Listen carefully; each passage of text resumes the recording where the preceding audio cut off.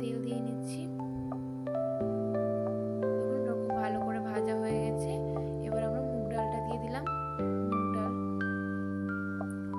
মুগ ডাল দিয়ে এই রেসিপিটা কিন্তু দারুণ লাগে খেতে। আপনার বাড়িতে কিন্তু অবশ্যই ট্রাই করে দেখবেন। আর ভালো লাগলে অবশ্যই কমেন্ট সেকশনে লিখতে ভুলবেন না।